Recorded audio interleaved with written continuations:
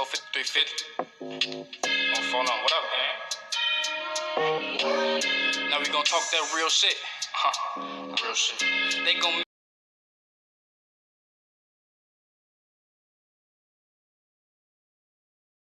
going on with you people, and welcome back to the John of Pitney podcast. Of course, it is Bears Victory Monday, but is it a very good Victory Monday?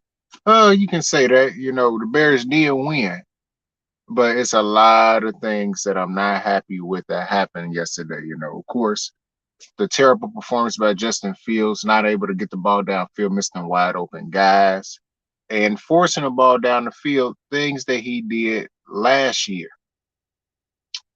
And just the simple fact that the fact that the Bears was they ran the ball for almost 300 yards yesterday, and only won by three. That is not good. Defense did the job, but most importantly, of course, Justin Fields didn't do his. But once again, the Bears did win. So I was feeling a little bit more down at first before I listened to the radio, listen to Moley and Hall on 670 to score. Shout out to them. I feel a little less down than I did at first. The reason why is because the Bears payroll in terms of players, they have most likely like no more than probably like guys that was former third round, fourth round, fifth round, sixth round, seventh round picks. And they at 2-1, but you got teams that have paid bukus of money like the Raiders, the Chargers, teams that got a lot of money put into their roster, but they are Chargers 1-2, Raiders 0-3. So it's like, yeah, need to feel better that they feel some type of way. Yo, what's going on, man? What's going on, Charles? How you feeling, bro? How you feeling? Good to see you on here. Good to see you on here. Man, just talking about Victory Monday and the Bears, basically somehow, no matter what, still is doing pretty damn good. And I thought they would. At first, if for most people, they probably thought the Bears was going to be 1-3. I mean, 1-2 or 0-3. But me personally, I already said I felt like they was going to beat San Francisco. I thought they was. So I wasn't too surprised that they won that game. Now, some people may say, yeah, it is a big surprise, but I'm not surprised with that. And the simple fact that they are 2-1, honestly, Bear fans, we should be grateful because they could have easily be 0-3. You know, David Montgomery goes down early in this game. The Bears not playing. They're not playing their best right now. Offensively, defensively, they continue to struggle a little bit. But hey, wins our win, Charles. Wins are indeed wins because they're hard to come by in the NFL. And if he's here and there doing a pretty good damn job. Oh wow. A girl calling at this time. I wonder what's going on. I might have to end it a little bit early. So damn. Yep, I'm about to hit up. I'll probably be back, y'all. Hey, what's going on, babe? Hey, did you leave the door open? What open? What door? The garage door up? I probably did by mistake. I thought I closed it. Yeah, mine is on a rampage now. Oh wow. I I said he didn't do it on purpose. So she's upset about it. should be okay. That was by accident. It's not something I do often. I thought I closed it. It probably went back up when I pressed the button. Okay. So I pressed the button. It probably just went back up. Okay. Okay. Yeah. All right. All right.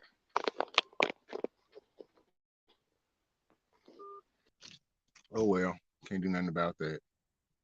Well, anyways, I'm back, people.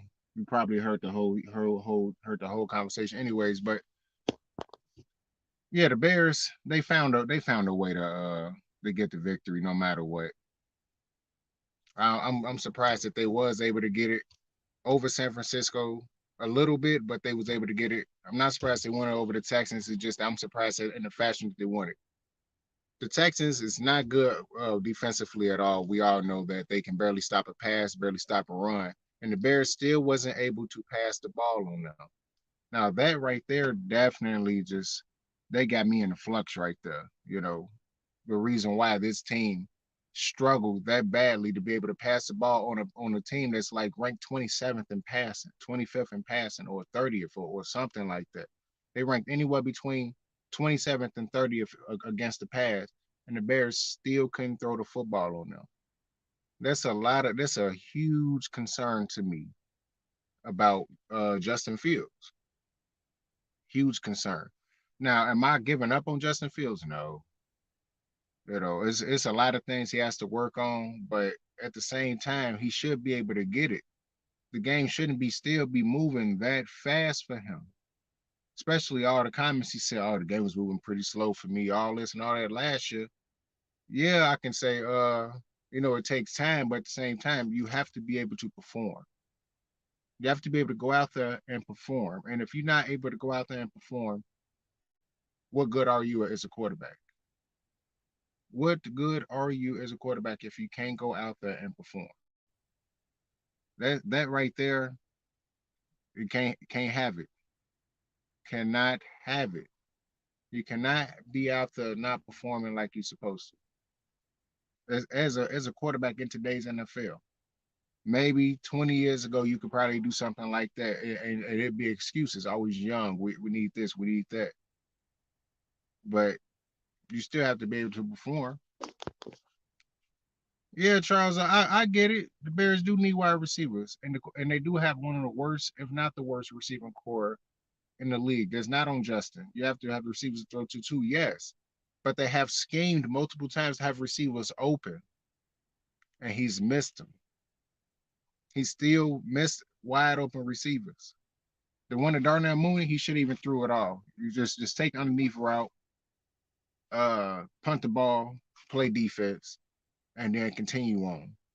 But it's been too many times where guys will be open and you don't see him, or we see him late, and now he's holding on to the football. Now he got to run for his life because he didn't get rid of that football in time like he was supposed to. So that does make a huge difference if you can't throw the football like you're supposed to. You can't throw it in the areas like you need to. Those missteps can and will cost the Bears in the future. That will cost the Bears solely in the future. True, he definitely had a bad day. Yeah, he did. In terms of passing, only throwing for like 106 yards, 112 yards against the 27th, the 30th ranked pass defense. When you go against teams that's a lot better than that, you're gonna struggle hard. Is only good thing that came out of that was the fact that we know that the Bears can run the football. It don't matter how bad they are at pass blocking, at least they can run the football. They can at least follow their assignments in terms of run blocking. That's one thing I don't know. Bears always have going for them that they had a team that can run block. It don't matter how bad the offensive line was. It didn't matter if it was the offensive line with Jamarcus Webb. Oh my God, he was a terrible guy. He was a terrible guy tackle, but he could run block his ass off. We got good run blockers, just that guys have to be able to protect the passer a lot more efficiently. And when they do protect him more efficiently, he has to be able to get rid of the football. Now, of course, that this week coming up, the Bears have the New York Football Giants. They seem to be a little bit more well-oiled machine than the Bears right now. I honestly I don't know their record right now. I don't know who they play. I think they 1-1 or something like that. I don't even think they played yesterday because I ain't even see nothing about it. If they did, someone give me an update on it because I didn't look at it too much. Not right now, but pretty soon I'll be looking at it. But I think that's a better defensive team. It's better than what they faced with the Texans. It's probably on the same level that they faced along with San Francisco and the Packers. It's somewhere around that level. In between that, they're probably not as high as those guys, but they're somewhere around that. If Justin Fields can't spread the ball out and throw it down the field consistently, okay, they play tonight. Okay, so yeah, they 1-1. So they play tonight. Okay, I appreciate it, Charles. But if you can't be consistently passing the football, which Justin Fields hasn't, it's gonna be real rough. It's gonna be real rough for our team. And as of right now, if Justin Fields can't start at least throw the ball for 200 yards, at least 200, shit, the Bears gonna lose a lot of games. Because guess what? Teams gonna start stacking 8 men in the box. They're already doing it, even though the Bears still been good enough to be able to run the ball down people's throat. There's a chance we might not have Montgomery. Montgomery and Khalil Herbert, they do make an excellent 1-2 punch. That's something that the Bears do need right now. We need Montgomery to be able to be out there and be able to play. If Montgomery can't go out there and be able to play, it puts Khalil Herbert in a different aspect. Yeah, he still was able to run for 100 yards, but you guys still have to remember that was the Houston Texans defense. They're not that good. Houston may end up winning at most 3 games this year, maybe 4 if they lucky, because they're gonna get a performance out of David Mills where he throw for 250, 300 yards in some of those games, because we already seen him do it, especially when Houston is at home. He performs a hell of a lot better. But back to the Bears, I'm just happy that they still did win at least. It gave us a heart attack, made us pout majority of the goddamn game, especially with some of the play calling that was called out there. But looking at it in retrospect, yeah, they doing those type of calls because Justin Fields is being very inadequate at this time. Inadequacy is not gonna get it done. It's a lot of people already calling for a different quarterback. Already. This is what y'all wanted though. Y'all wanted to get rid of Trubisky. He's gone. Y'all didn't think he was good enough. Now you have Justin Fields. Now you already want him going, and he just got here. It's only his second year. Already ready to get rid of him. So many people want Patrick Mahomes and everything else. People still bringing up, oh, if we would have drafted Patrick Mahomes, then we'd have been fine. If everything was in a perfect world, we still end up with Trubisky anyway, because that means whoever was number 1 that year drafted Patrick Mahomes, so whoever's number 2 drafted Deshaun Watson, and the Bears still get stuck with either Trubisky or somebody else. That's just the truth. So let that shit lie in terms of that. For the people that still want to keep bringing up old news in terms of that. In a perfect world, Bears still don't get them. So let it go. But basically, the simple fact that people is willing to say, we need to get a new quarterback immediately. I'm like, damn. What happened to the years where it took 3-4 years?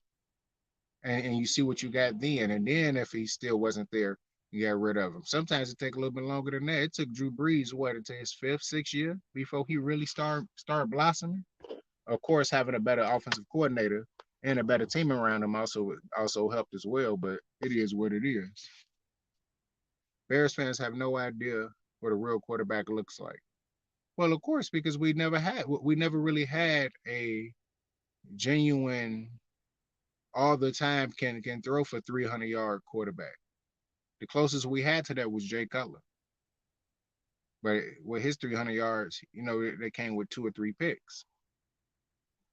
The most efficient quarterback that we had, surprisingly, was Mitchell Trubisky, who had a winning record. But we didn't want that because we wanted him to be able to throw for not 232, 242. We wanted him to be able to throw for 342. So we got rid of quarterbacks that was efficient. We had an official quarterback with Kyle Orton back then. We got rid of him for Jay Cutler. So it's like, the fans is gonna want whatever they want, but you're not gonna get it. Sometimes you have to let guys develop. And sometimes the Bears do miss. They just really get on the hype train and they do what they think is best for the team. So this regime so far, Matt Eberflus and everybody else, they on the right track.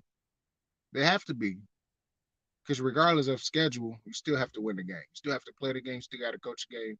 Still got to do so many things to make sure you get that victory. And the Bears have more victories than certain teams out there that possibly can beat the Bears, but they still got a better record. Justin is going to be great. We just have to be patient. Yeah, we have to be, but at the same time, he has to still perform better. He's performing worse this. To me, he performing worse this year than he did last year. Last year he looked more confident. This year he looked more shell shocked than any goddamn thing. He looked shell shocked like hell. I don't know. It's hard to look at it and be like, oh man, he's in the right direction. He's going in the opposite direction than he was just last year. Just last year, he looked it up. He had games where he threw for 200 and something yards. Now, he looks scared out there. He looks scared. He looks more like a rookie this year.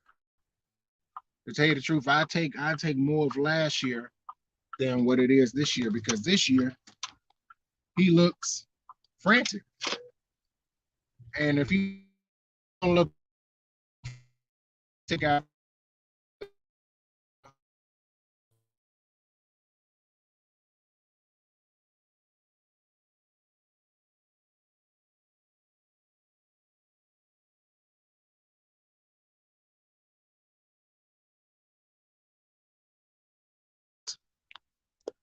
this is Jonathan Pipney bringing it back to you with another sports reaction with the Jonathan Pipney podcast, talking about Chicago Bears talk. It seemed like everything is starting to mess up just a little bit, and don't need to lose connection because, of course, I'm on my way to school. So I just want to thank everybody for tuning in, and I appreciate everyone that tuned in to the Jonathan Pipney podcast. Of course, it is Bears Victory Monday. The Bears was able to win it, but they need to improve on a lot of things. And with them playing so bad in terms of offensively, that's not gonna get it done. I'm still happy they scored 23 points. This is the first time this season they gone over 20. 20 or more. Hopefully they can do more than that. At least put up 24 a game and then give up less than that. If not, well, based on today's standards, they're gonna have to put up way more than that. They have to put up like 27 a game, which is something that the Bears is not capable of. So they're gonna have to be more defensively sound. They're gonna have to be able to stop the run a lot better, because even with the Texans, they still was able to run the ball down the Bears' throat here and there. Pierce was still able to break tackle. Bears still giving up too much yardage in terms of run defense. They still able to find a way to get to the quarterback, even though they didn't do it a lot in this game. But they still been finding a way to get to the quarterback and do something. I love Khalil Herbert. Me too, man. He's shown that he's capable of doing a lot of things out there. He's shown his promise as a Bear. He's shown his promise as a Bear. He's shown himself to be a capable running back. It's just a simple fact that he's not the best pass blocking running back. That's some of the things he's just gonna have to improve on, because yet again, David Montgomery is hurt. Hopefully the Bears don't get rid of him because he keep getting injured. He's gonna have to take the load, much like he did last year. When he played for 4 games. Some people talked about it last year, like, man, he averaged more rushing yards, more yards per rush and everything, and all this and all that. Let the kid get some more time. David Montgomery wasn't healthy, we already seen it. We seen it with the Packers. It's just a simple fact that he has to remain healthy. He hasn't been healthy on a consistent basis since when?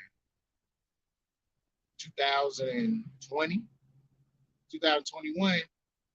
He missed a few games. He got hurt. This year, already injured again. And, it's bad luck because, of course, someone rolled up on him. But, teams these days don't keep running backs like that no more. After 5 years, they're trying to replace you. They're trying to replace you after 5 years. And guess what? David Montgomery been around since what? He been around since when? 2019? It's not far off from moving him.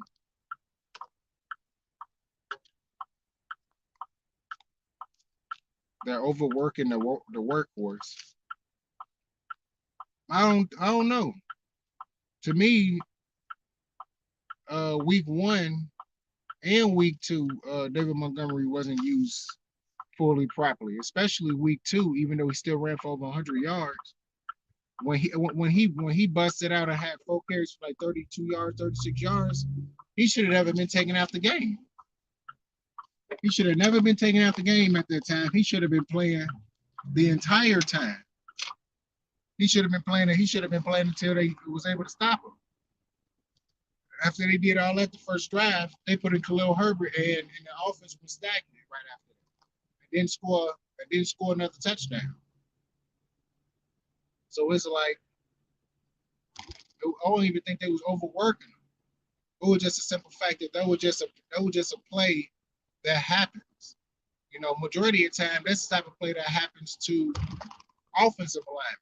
They get rolled up on. You rarely see running backs get rolled up on like that. So it was just a freak accident that happened to him. And it's just the way it was. It is what it is in terms of that. But people, shit, I'm at school now, so I'm about to get ready to shut it down. So I'll catch y'all later. Y'all be smooth and be happy that the Bears did win, but still have concerns because there's a big concern not being able to pass their football in today's NFL. Maybe it was like 50, 60 years ago when nobody be tripping. But it ain't 50, 60 years ago. It's 2022 and you still can't pass the goddamn football in today's standards. That sucks. That's not good at all. There we go. Let me see the comment before I end it. Peace, bro. Oh, yeah, peace, Bill. Peace, Charles, man. I appreciate you being on and showing support, man. I appreciate it deeply. Appreciate it, bro. So, once again, this is Jonah Pimney bringing it back to you with Chicago Bears talking about Chicago Bears victory Monday. All right, people. Peace out. 4-5, gon' hit your spine on the other side. It come out your lip, you heard what I said. I ain't even off a jigger, this shit to get different.